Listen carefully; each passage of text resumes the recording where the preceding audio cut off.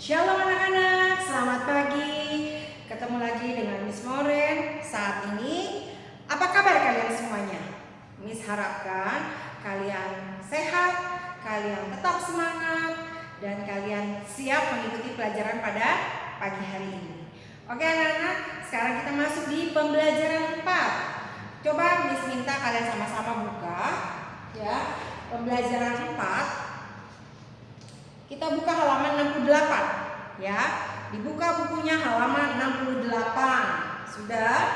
Nah, kita mulai dengan pelajaran PKR. Merapikan peralatan olahraga ya. Selesai berolahraga, Ardi dan teman-teman membantu Pak Guru merapikan kembali bola basket. Beberapa murid ikut bekerja sama membantu Pak Guru. Masing-masing murid membawa 2 bola di tangannya. Murid-murid membantu dengan menyerahkan bola satu persatu pada Pak Guru. Pak Guru menyimpan bola pada rak Pak Guru menyimpan bola pada rak dengan teratur. Sebentar saja tugas mereka selesai. Bola-bola telah tersimpan dengan rapi. Bila suatu saat bola digunakan kembali, mereka dapat dengan mudah mengambilnya. Ya, memang biasakan kalau kalian memerlukan mengambil barang, kembalikan lagi di tempatnya. Supaya apa? Ketika kalian segera ingin mengambil atau menggunakan barang tersebut ada di tempatnya. Tapi kalau kalian tidak mengambil lalu menaruh di sembarang tempat, tidak pada tempatnya, maka ketika kalian ingin menggunakannya, ingin mencari kembali, itu akan sulit. Ya, bahkan memakan waktu beberapa menit ataupun jam. Jadi sebaiknya bila mengambil sesuatu, taruhlah kembali di tempatnya. Ya, seperti Miss pernah bilang kepada kalian waktu kelas 1. Ingat kan? Kalau kalian mengambil sesuatu barang dari lemarinya Miss, tolong kembalikan lagi di tempatnya. Benar? Masih ingat kalian waktu di kelas 1B? Nah, yang Miss inginkan seperti itu kalian. Ya, jadi jangan mengambil barang dari dalam lemari lalu taruh dengan sembarangan, entah itu di atas meja atau taruh di belakang. Itu Miss nggak mau. Jadi Miss, kenapa Miss selalu tekankan kepada kalian semua, taruh kembali tempatnya, supaya apa? Ketika kalian ingin menggunakan barang tersebut, barang itu dengan mudah kalian dapatkan. Paham ya? Oke, kita lanjut. Itulah manfaat bergotong royong. Semua dapat dikerjakan dengan mudah dan cepat. Bila dikerjakan seorang diri, maka akan memerlukan waktu yang lama. Bergotong royong dilakukan karena semua memiliki tujuan dan keinginan yang sama. Gotong royong akan memberikan hasil yang baik selama dilakukan untuk kegiatan yang baik pula. Nah, kalau kita misalnya mengerjakan sesuatu kegiatan hanya bekerja sendiri, maka itu akan selesainya lama. Ya, kalau dilakukan dengan bergotong royong, maka pertama, pekerjaan itu akan cepat selesai. Yang kedua, efisiensi waktunya pun cepat selesai. Ya, yang tadinya misalnya bisa dikerjakan misalnya lebih dari sejam, tetapi ketika dikerjakan bersama-sama, estimasi daripada waktu itu ya bisa jadi 1 jam atau kurang dari 1 jam kalian sudah selesai. Ya, kita masuk bagaimana sikapmu. Beri tanda centang untuk sikap yang terpuji. Beri tanda centang untuk sikap yang terpuji. Bila di sekolahku akan diadakan kegiatan gotong royong, maka aku melakukan hal berikut. Yang pertama, ikut dalam kegiatan dengan bersemangat. Kalian beri tanda centang.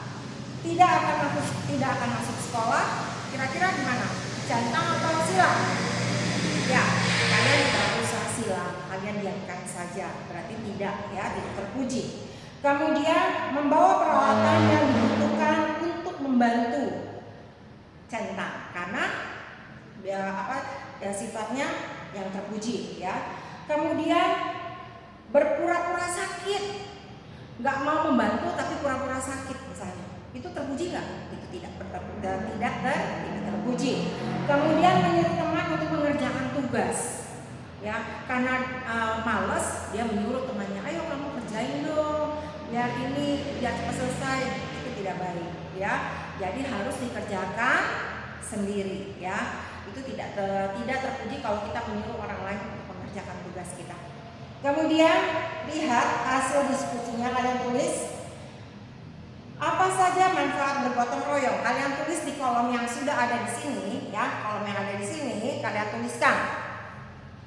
Pekerjaan cepat selesai. Sudah kalian tuliskan pekerjaan cepat selesai, koma, pekerjaan menjadi ringan ya, dan terjalin kerukunan ya. Kemudian kalian buka halaman berikutnya, halaman 70 pelajaran IPA ya. Yang tadi kita pelajaran PKN, sekarang kita masuk di pelajaran IPA. Oke, kita baca sama-sama benda cair, kalian tolong simak di rumah. Selesai berolahraga, anak-anak murid-murid merasa haus. Mereka pun meminum air untuk menghilangkan rasa haus mereka. Air minum merupakan benda cair, tidak seperti benda padat. Benda cair bentuknya cair. Benda cair mudah mengalir atau berpindah tempat, terutama ke tempat yang lebih rendah. Contoh benda cair adalah air minum, shampoo, dan bensin. Bentuk benda cair selalu mengikuti wadahnya. Air di dalam botol bentuknya seperti botol, air di dalam gelas bentuknya seperti gelas. Begitupun meskipun bentuknya berubah-ubah, volume atau ukuran benda cair tetap. Permukaan benda cair dimanapun selalu datar ya. Mau di dalam botol pasti datar, mau di mangkok pun datar, mau di dalam gelas pun itu datar ya. Nah, kalian lihat di halaman 71 bisa di dalam kolom-kolom itu ya, hasil pengamatan kalian tuliskan. Nama benda kalian tulis air ya. Air dalam gelas kalian tuliskan seperti gelas ya, bentuknya seperti gelas. Kemudian dalam botol bentuknya seperti botol. Kemudian dalam mangkuk bentuknya seperti mangkuk. Kesimpulannya kalian tuliskan selalu mengikuti wadahnya ya. Nah, kemudian kalian tulis sirup, yang kedua sirup, dan yang ketiga minyak goreng.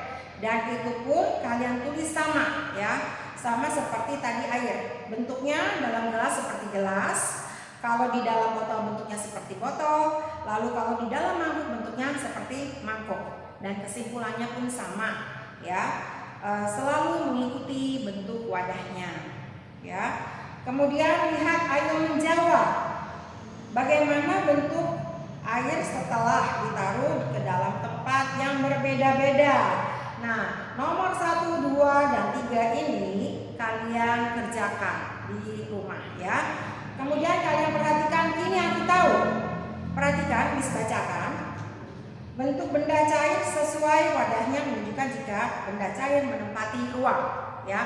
Kalau misalnya di dalam gelas berarti semuanya akan terisi, ruangannya di dalam gelas akan terisi dengan benda cair. Kemudian sifat menempati ruang membuat benda cair dapat mengisi beragam bentuk wadah. Betul sekali. Kalau dalam bentuk botol ya pakai seperti botol, mangkok seperti mangkok, bahkan gelas juga sama seperti gelas ya. Kemudian sifat benda cair yang lain adalah volumenya tetap atau tidak berubah. Kemudian volume benda cair akan tetap sama bila dipindahkan ke berbagai wadah yang sesuai. Kemudian jika benda cair dicampur dengan benda cair lainnya akan terbentuk campuran.